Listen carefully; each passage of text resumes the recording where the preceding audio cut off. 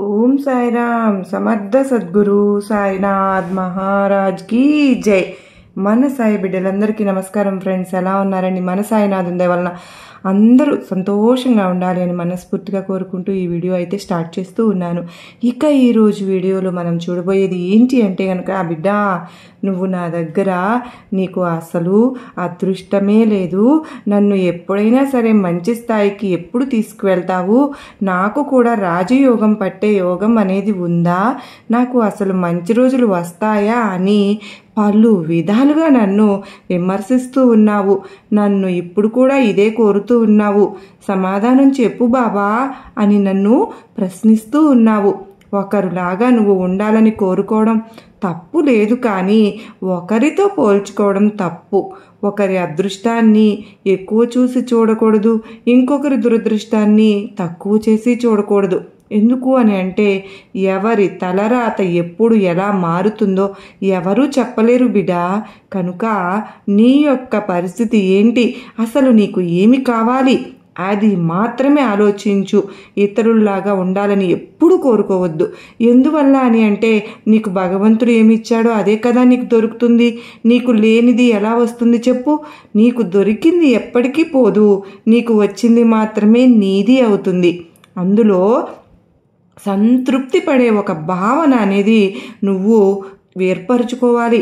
ఒక వ్యక్తి ప్రస్తుతం ఉన్న స్థితిని చూసి వారి భవిష్యత్తుని ఎప్పుడు కూడా అంచనా వేయకూడదు. ఎందుకు అంటే కనుక, కాలం ఎప్పుడు ఎలా అయినా మారవచ్చు కదా.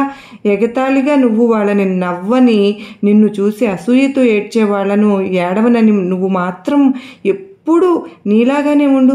కనుక ఏదో ఒకరోజు ఆ నవ్విన వాళ్ళు, ఏడ్చేవాళ్ళు నీ సాయం కోసం నీ దగ్గరకు రావడం తప్పకుండా జరిగే తీరుతుంది. ఎందువలన అంటే, కాలం అనేది చాలా శక్తివంతమైందమ్మా. అది ఎలా అయినా మారిపోవచ్చు. కనుక ఒకరు నిన్ను హేళన చేశారనో, ఏదో అన్నారనో నువ్వు ఎప్పుడు నీకు విలువ అనేది తగ్గదు. విలువ లేని వారితో వాదించవాక, వాళ్ళ మాటలు స్పందించవద్దు. వాళ్ళ విలువ నువ్వు పెంచడమే అవుతుంది, కానీ వేరే ఏమీ ఉండదు.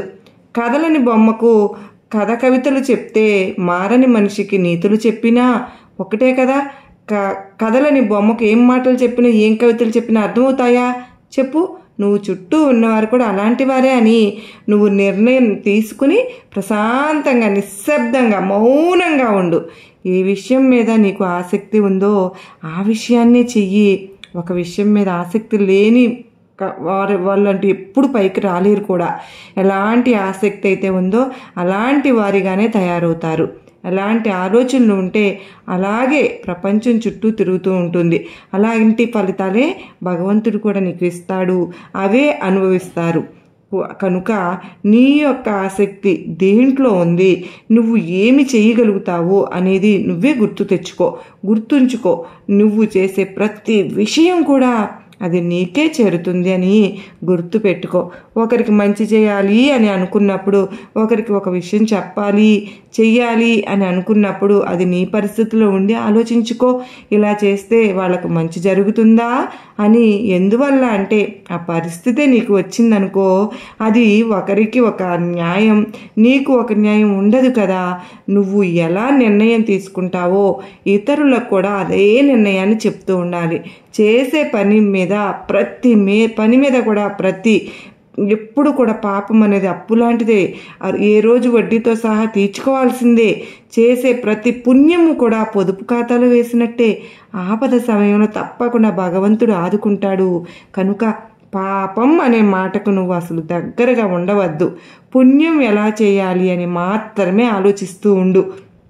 ఒక నదిలా ప్రవహిస్తున్నంత కాలం దాన్ని పవిత్రంగా చూస్తాం మనం. ఎప్పుడైతే ఆ నది సముద్రం కలిసిపోతుందో అప్పుడు అది దాని అస్తిత్వాన్ని కోల్పోతుంది కదా. అలాగే నువ్వు కూడా నీలాగా ఉన్నంత వరకు సంతోషంగా ఉంటావు.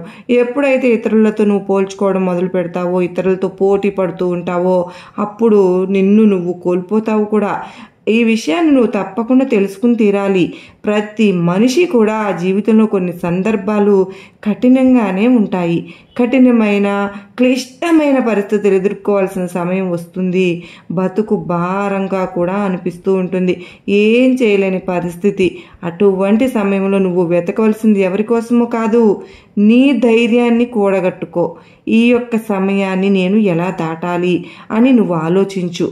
ఎవరో తెలియని లోకంలోకి చేరుస్తావు, ఎవరితోనో బంధాలు కలిపేస్తావు అంటూ నన్ను నువ్వు నిలదీయడం కాదు. అందరితో చక్కగా ఉండు, అందరూ నీ వాళ్ళే అని చెప్పి నువ్వు నమ్ము.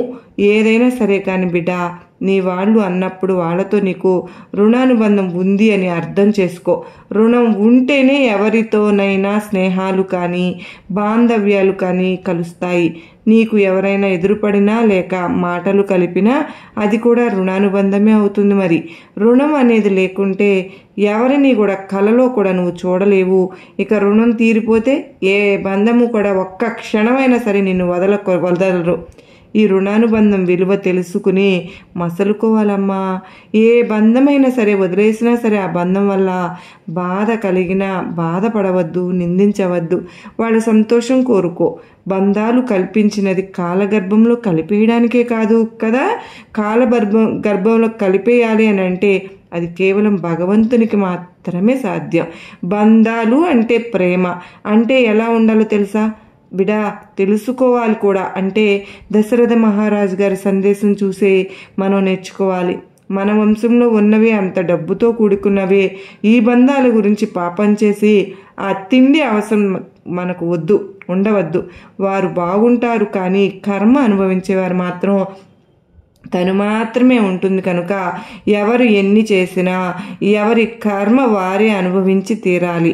అది ఈ యొక్క జన్మలో తప్పిపోయినా సరే వేరొక జన్మలో అయినా సరే తప్పించుకోలేరు. ఎందువల్ల అంటే ప్రకృతికి తెలుసుగా ఎప్పుడు ఎలా వాళ్ళ చేత ఈ యొక్క కర్మ ఫలితాన్ని అనుభవింపచేయాలో అని. ఇక నీకైన బంధాలను గురించి వస్తే ఈ ప్రపంచంలోకి వచ్చిన వారు ఏదో ఒకరోజు ఈ ప్రపంచాన్ని వీడిపోవలసిన వారే కదా. ఎవ్వరూ కూడా ఇక్కడ శాశ్వతంగా ఉండరు కనుక పుట్టుక ఎంత సహజమో దానితో పాటు చావు కూడా అంతే సహజం కదా. ఇది సత్యం, ఇదే నిజం. నిజమైనది శాశ్వతమైనది ఇదే. ఇది నీవు జీవించక తప్పదు. నా బంధం దూరమైంది, శాశ్వతంగా రాని లోకానికి వెళ్ళిపోయింది అని బాధపడవద్దు. నీకు మరొక బంధాన్ని కలుపుతాడు భగవంతుడు. మనిషి బలానికి బలహీనతకు కారణము బంధమే. ఆ బంధం శాశ్వతం కాదని తెలిసి కూడా ఆరాటపడుతూ ఉంటారు కదా. ఎప్పుడైతే గనక సత్యం తెలుసుకుంటారో ఆ తక్షణమే బంధాల నుంచి విముక్తి కూడా అవ్వగలుగుతారు. అవునమ్మా, ఇది అక్షరాల నిజమైన మాట. నీ జీవితానికి ఈ సాయే తల్లి తండ్రి. నీ జీవితాన్ని ఎలా మలచాలి అన్నది, ఎలా మలిస్తే బాగుంటుంది అన్నది నాకు తెలుసు కదా. ఎలా మార్చుకోవాలన్నది కూడా నీ చేతిలోనే ఉంటుంది. కనుక కొంచెం ఆలోచించి నిర్ణయం తీసుకో. ఏ నిర్ణయం తీసుకున్నటప్పుడైనా సరే కానీ ఎప్పుడు కూడా నువ్వు ఆలోచించు. తొందరపడైతే మాత్రం నిర్ణయం అనేది ఎప్పుడు తీసుకోవద్దు. మొత్తానికి బిడ్డ, ఈ సాయి నీ వెంటే ఉన్నానని మాత్రం నువ్వు నమ్ము. దేనికి కూడా నువ్వు భయపడవద్దు, దిగులు చెందవద్దు. ప్రతి ఒక్కటి నీకు అనుకూలంగా జరుగుతుంది. ఏది ఏమైనా సరే నువ్వు కోరింది ఆలస్యం అవుతుందేమో కానీ జరిగే తీరుతుంది. ఈ విషయం మాత్రం నువ్వు ఎప్పుడూ కూడా గుర్తుంచుకో. జరగలేదు అని చెప్పి నిరుత్సాహపడకూడదు, బాధపడకూడదు. ధైర్యంగా ఉండు. ధైర్యంతో నమ్మకంతో ఉంటే కనుక అంతా నీకు మంచిగా జరుగుతుందమ్మా. నీకు నా ఆశీర్వాదములు ఇస్తున్నాను బిడ్డ. సర్వే జనా సుఖినో భవంతు.